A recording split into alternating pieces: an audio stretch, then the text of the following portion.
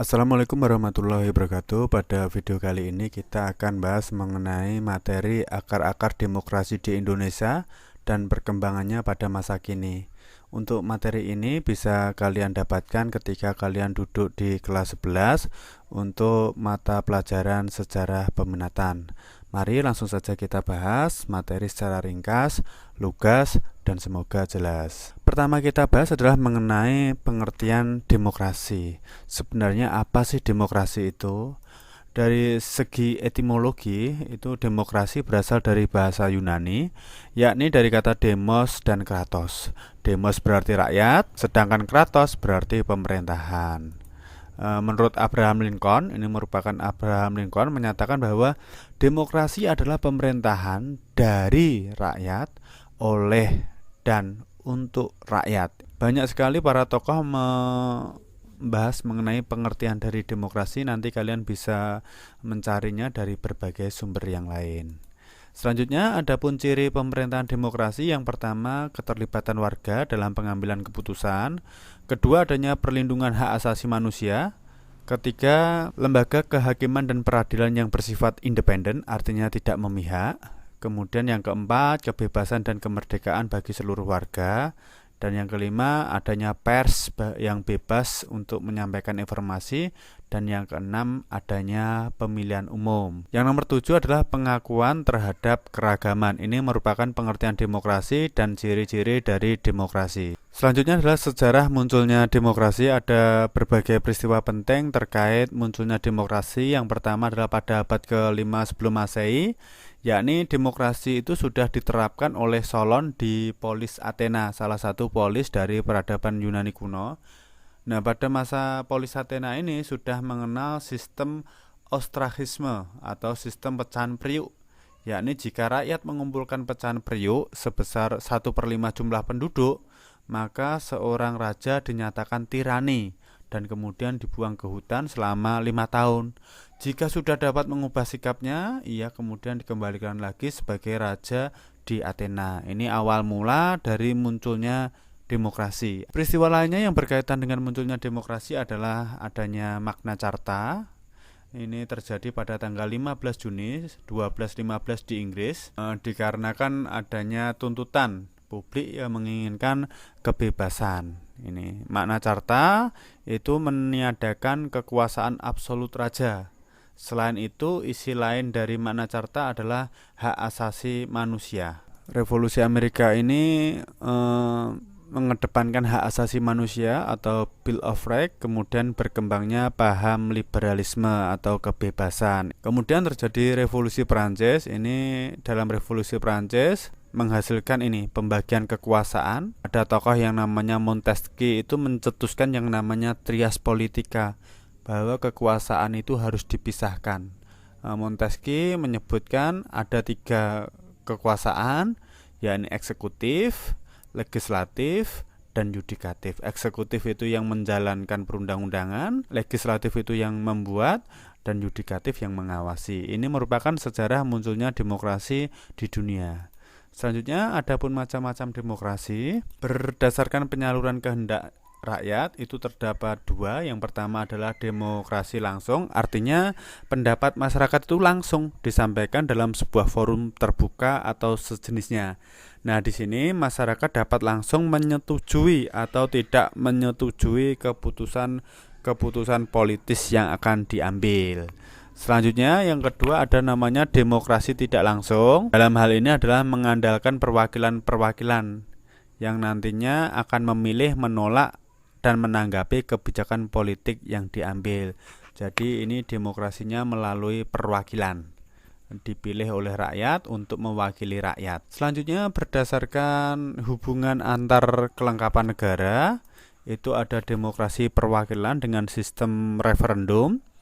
Referendum ini merupakan pemungutan suara langsung untuk mengetahui keinginan masyarakat terhadap suatu kebijakan. Kemudian yang kedua adalah demokrasi perwakilan dengan sistem parlementer. Ini di mana pada demokrasi parlementer ini badan eksekutif mendapatkan mandat legitimasi melalui parlemen yang ada. Karenanya pelaksanaan pemerintahan juga dikontrol oleh parlemen. Selanjutnya ada demokrasi perwakilan. Demokrasi ini terdapat pemisahan kekuasaan antara kekuasaan eksekutif, legislatif, dan yudikatif. Selanjutnya, demokrasi berdasarkan ideologi yang dianut sebuah negara. Ada yang pertama demokrasi liberal, kemudian ada demokrasi sosialis, dan ada demokrasi Pancasila. Ini merupakan macam-macam dari demokrasi. Selanjutnya, penerapan demokrasi ke Indonesia itu dibawa oleh orang-orang Eropa. Kemudian juga di mana para pemuda Indonesia itu menempuh pendidikan di luar negeri, misalnya saja di Belanda, kemudian mengenal demokrasi yang ada di Eropa. Kemudian lahir berbagai organisasi pergerakan nasional di Indonesia yang menerapkan asas-asas demokrasi. Pada zaman kolonial Belanda juga ada namanya Volksraad atau Dewan Rakyat, kalau sekarang seperti DPR. Kemudian pada peristiwa Kongres Pemuda II yang melahirkan Sumpah Pemuda itu juga terdapat nilai-nilai demokrasi. Kemudian ada sidang BPUPKI tentang perumusan dasar negara tanggal 29 Mei sampai 1 Juni, di mana terdapat 3 tokoh yang merumuskan dasar negara, yakni Muhammad Yamin, Supomo, dan Soekarno. Ini merupakan penerapan demokrasi ke Indonesia. Selanjutnya, demokrasi Indonesia pada awal kemerdekaan ini ditandai dengan sidang PPKI pertama, kedua, dan ketiga. Yang pertama itu terjadi pada tanggal 18 Agustus, memutuskan 3 keputusan, yakni mengesahkan Undang-Undang Dasar, kemudian menetapkan Soekarno dan Hatta sebagai presiden dan wakil. Selanjutnya yang ketiga, membentuk Komite Nasional Indonesia. Itu merupakan hasil sidang PPKI yang penuh dengan nilai-nilai demokrasi. Saat itu terjadi perubahan mengenai sila pertama dalam dasar negara kita.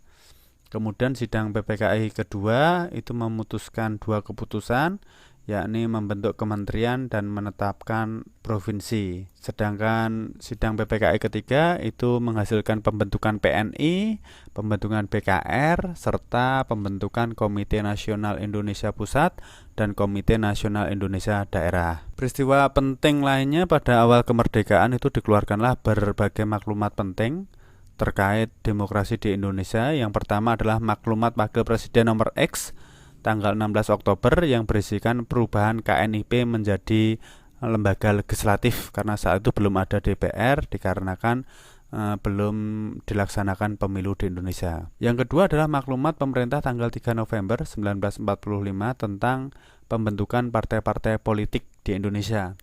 Kalau berdasarkan sidang PPKI ketiga, itu di Indonesia hanya memiliki 1 partai, yakni Partai Tunggal PNI. Tapi setelah dikeluarkannya maklumat tanggal 3 November ini, kemudian banyak berdiri partai-partai politik di Indonesia.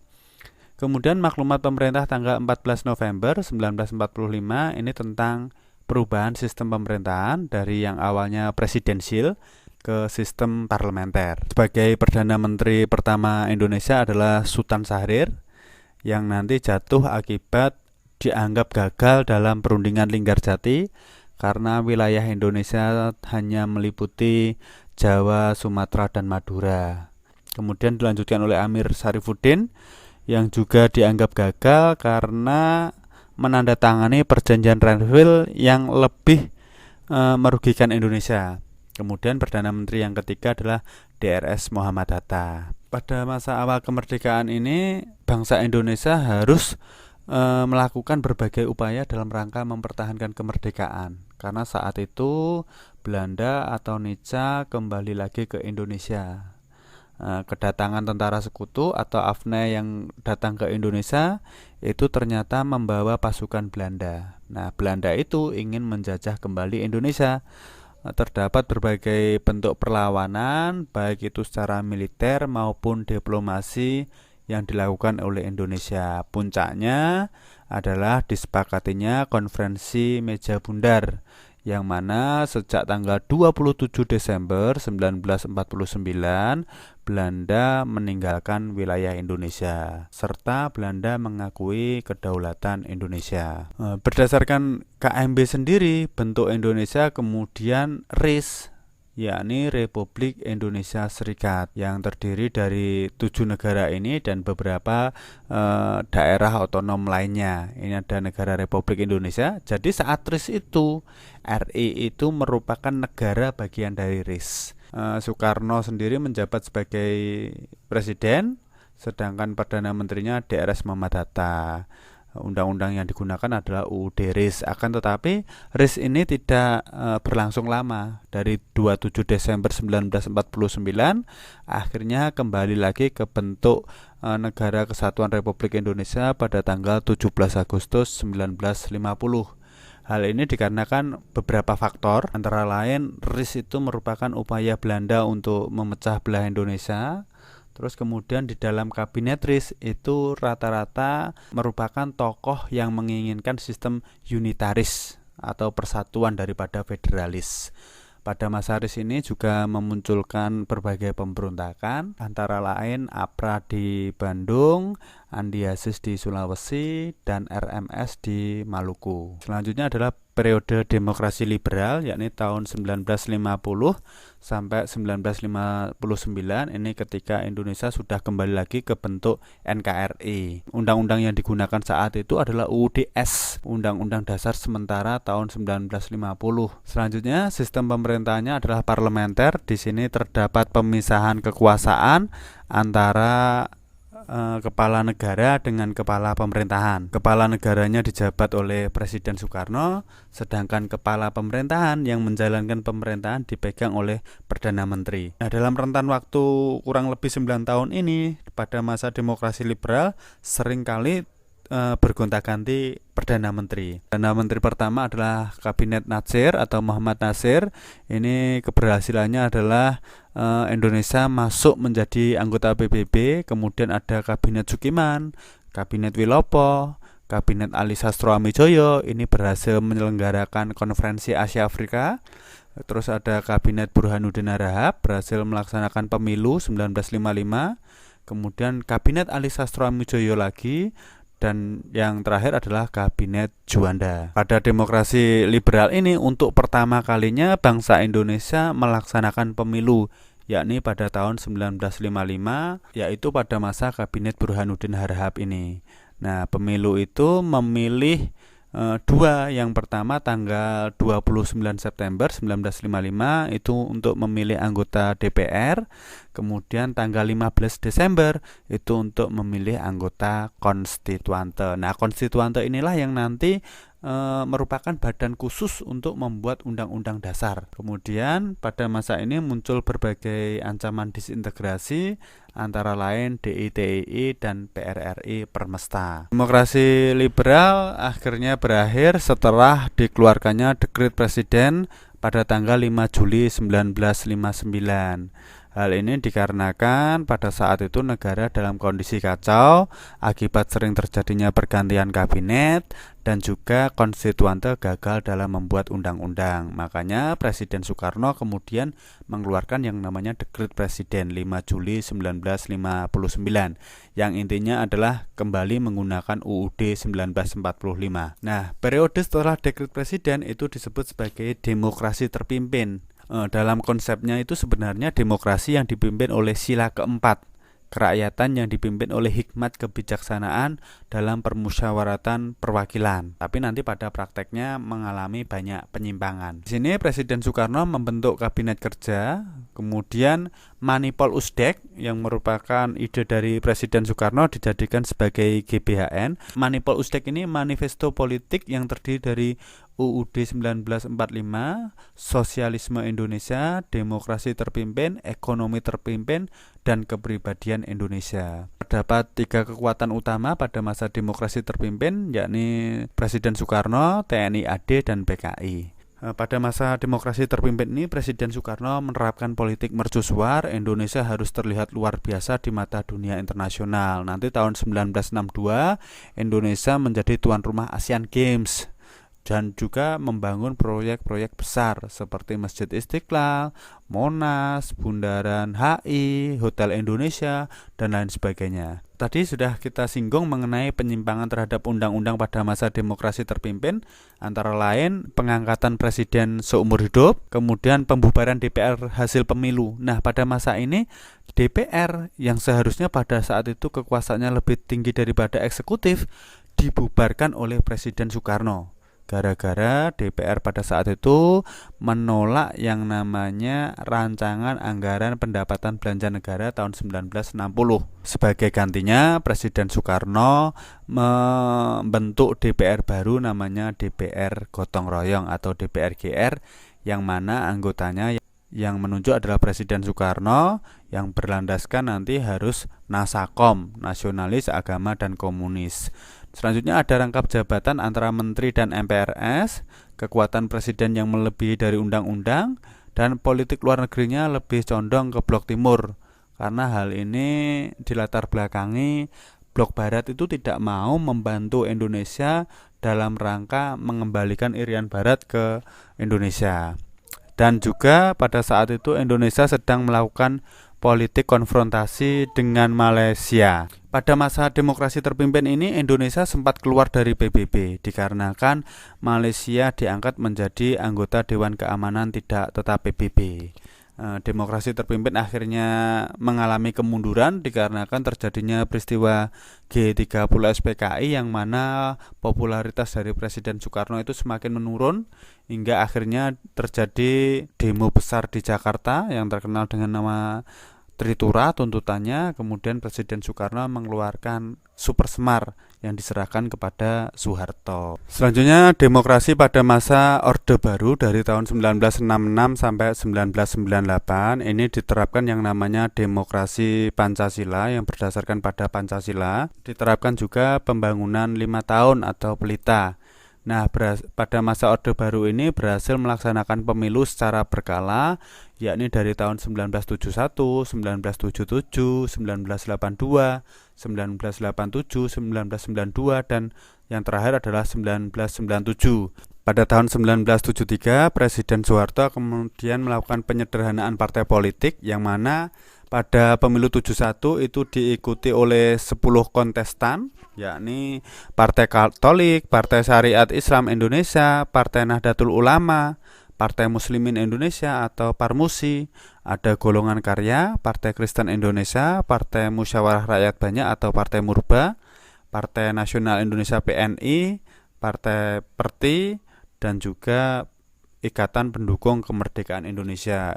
Ini merupakan 10 kontestan pada pemilu 1971 yang disederhanakan oleh Presiden Soeharto pada tahun 1973 menjadi 3, yakni Golkar, kemudian partai-partai nasionalis digabung menjadi Partai Demokrasi Indonesia, yakni Partai Katolik, Partai Kristen Indonesia, Partai Murba, Partai Nasional Indonesia, dan IPKI itu digabung dalam Partai Demokrasi Indonesia atau PDI. Sedangkan Partai Islam, yakni Partai Syarikat Islam, Partai Nahdlatul Ulama, Partai Muslimin Indonesia atau Parmusi, serta Perti itu digabung dalam Partai Persatuan Pembangunan atau PPP. Selanjutnya, kekuasaan Orde Baru itu bertumbuh pada 3, yakni ABRI, birokrasi, dan Golkar. Pemerintah Orde Baru itu cenderung sentralistis dengan bukti adanya dui fungsi ABRI, yang mana ABRI memiliki peran ganda dalam bidang politik dan dalam bidang pertahanan keamanan. Jadi di DPR MPR itu terdapat fraksi ABRI, perwakilan dari ABRI yang ada di DPR. Selanjutnya, Pancasila dijadikan sebagai ideologi tunggal. Nanti ada P4 pada masa Orde Baru. Kemudian pemberedelan terhadap pers yang memberikan kritik terhadap pemerintah. Adapun pers yang pernah dibredel pada masa Orde Baru antara lain majalah Tempo, kemudian Detik, Editor, Harian Abadi, dan Harian Indonesia. Jadi pada masa Orde Baru ini kebebasan pers sangat dibatasi. Selanjutnya ada campur tangan pemerintah terhadap urusan partai politik dan publik, terjadinya korupsi, kolusi, dan nepotisme. Kemudian Orde Baru berakhir setelah terjadinya reformasi pada tahun 1998. Pada tanggal 21 Mei 1998, Presiden Soeharto mengundurkan diri dan digantikan oleh B.J. Habibie. Selanjutnya adalah periode era reformasi dari tahun 1998 sampai sekarang. Adapun agenda reformasi yakni adili Soeharto dan kroni-kroninya, kemudian pemerintahan yang bersih dari KKN, otonomi daerah seluas-luasnya, supremasi hukum atau penegakan hukum, serta penghapusan dui fungsi ABRI dan juga amandemen UUD 19. Selanjutnya ada kebebasan media dan pendirian partai. Untuk pemilu pertama pada masa era reformasi yakni pada tahun 1999 itu sampai diikuti 48 partai politik. Selanjutnya terdapat pembatasan terhadap jabatan presiden. Kalau zaman Orde Baru itu presiden bisa mencalonkan lagi dan bisa dipilih lagi. Kalau pada masa pasca reformasi ini, jabatan presiden hanya 2 kali atau 2 periode. Nah, pemilu presiden pertama kali dilaksanakan secara langsung, tidak melalui DPR MPR. Kalau zaman dulu, zaman Orde Baru, pemilu itu dilakukan melalui pemilihan yang memilih anggota DPR MPR. Pemilu terakhir yang menggunakan sistem perwakilan itu pada tahun 99, yang mana presiden yang terpilih adalah Abdurrahman Wahid, itu masih menggunakan sistem perwakilan. Jadi yang memilih presiden itu adalah anggota DPR. Kalau tahun 2004 itu sudah memilih presiden secara langsung. Jadi rakyat memilih presiden secara langsung. Pada saat itu terdapat 5 calon, yakni Hamzahas Agung Gumelar, Amin Rais Siswono Yudhohusodo, Megawati Soekarno Putri berpasangan dengan Hasyim Muzadi, Wiranto dengan Salahuddin Wahid, dan Susilo Bambang Yudhoyono yang berpasangan dengan Yusuf Kala. Satu lagi ada calon kandidat presiden akan tetapi gagal maju, yakni Abdurrahman Wahid dan Marwah Daud Ibrahim, dikarenakan tidak lolos seleksi, terutama masalah kesehatan dari Abdurrahman Wahid. Nah, pemilu 2004, karena pada tahap awal itu tidak ada calon yang berhasil memperoleh 51%. Akhirnya tahap kedua itu mempertemukan pasangan Megawati dengan Hasyim Muzadi melawan Susilo Bambang Yudhoyono dengan Yusuf Kala. Akhirnya presiden pertama kali di Indonesia yang dipilih secara langsung itu adalah Presiden SBY pada tahun 2004. Pada masa era reformasi ini berhasil melakukan amandemen. Dalam sejarahnya terdapat 4 kali amandemen dari tahun 99, 2000, 2001, 2002 itu dilakukan amandemen terhadap Undang-Undang Dasar 1945.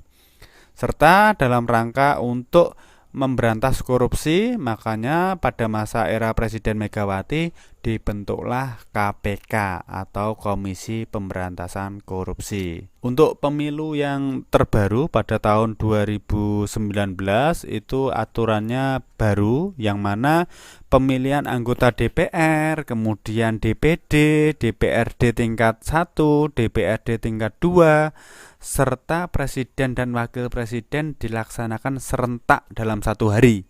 Kalau sebelumnya itu tidak serentak, pemilu 2004, pemilu 2009, pemilu 2014 itu tidak 1 hari, akan tetapi mulai pemilu 2019 itu dijadikan 1 hari. Kalau biasanya dulu itu pemilihan legislatif dulu, baru setelah selesai dilanjutkan dengan pemilu eksekutif. Jadi dinamika politik, proses demokrasi di Indonesia itu dari hari ke hari selalu mengalami perubahan. Nah, itu tadi materi mengenai akar-akar demokrasi di Indonesia dan perkembangannya pada masa kini. Semoga bermanfaat. Mohon maaf apabila ada kesalahan. Wassalamualaikum warahmatullahi wabarakatuh.